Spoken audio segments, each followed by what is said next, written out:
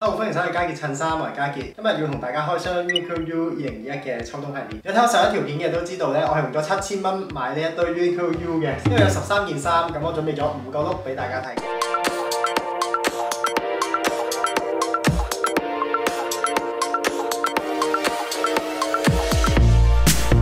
Look one 咧係因為我見到姜濤成日着長褸，所以我都買咗一件長褸嚟玩下。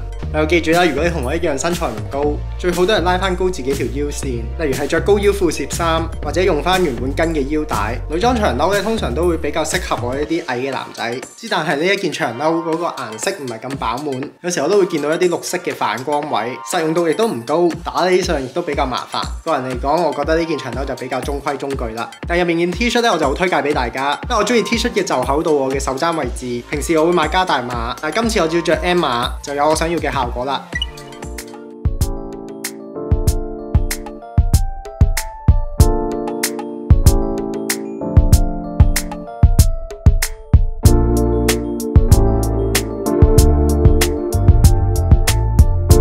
Look 2係我最滿意同最推介嘅，有高級時尚感，應付到大部分場合，活動起上嚟都好方便。呢件羊毛混紡嘅西裝外套，俾我嘅感覺更加似 cardigan， 線條柔軟，領口、袖口、袋邊都有包邊嘅設計，版型亦都比較鬆身，令佢唔會太過正式，更加休閒。下身嘅女裝高腰羊毛混紡西裝褲，我覺得做得非常好。首先羊毛比較保暖，配合柔軟嘅線條，令呢個 look 更加柔喎。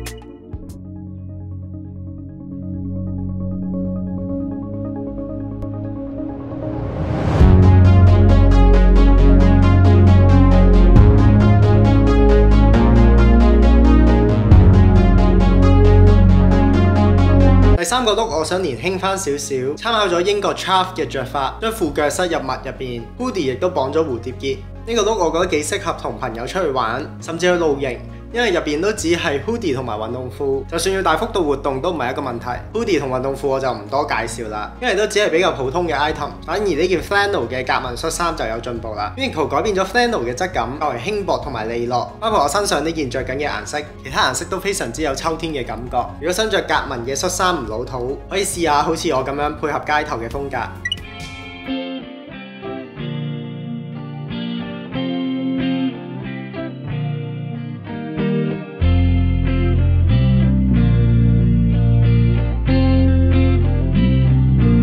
第四個 look 反而係斯文嘅大叔 look， 整體都比較簡單，好推介我上身嘅呢件 jumper， 用咗 Merino 嘅羊毛混紡。喺我買翻嚟嘅呢堆衫入面，上色同做工都係最好嘅。Merino 嘅羊毛亦都比較保暖同舒服，手袖亦都有開窿嘅設計，可以當手套用。呢個設計可以用到手機，保暖又實用。做內搭亦都一流，例如係配合我嘅 look one， 自己綠色嘅斜紋長褲可以改短少少，望落去會更加簡潔。不過如果你中意有皺摺、比較粗獷嘅感覺，由得佢都 OK。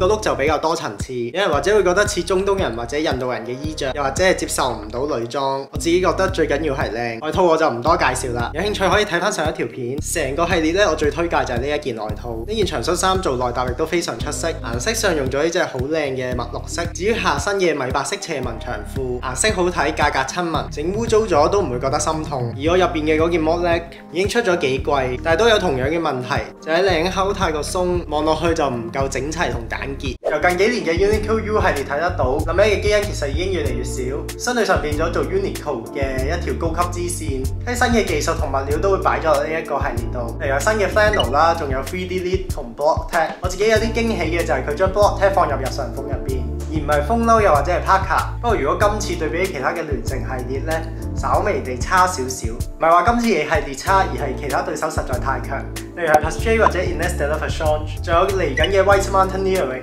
入面仲有幾件係同今次嘅款式差唔多，但係人哋保留咗 White Mountaineering 嘅特色，仲要平過今次少少，所以我會話其他嘅考生拉高咗個 curve， 令到 U 系列今次做得就麻麻地。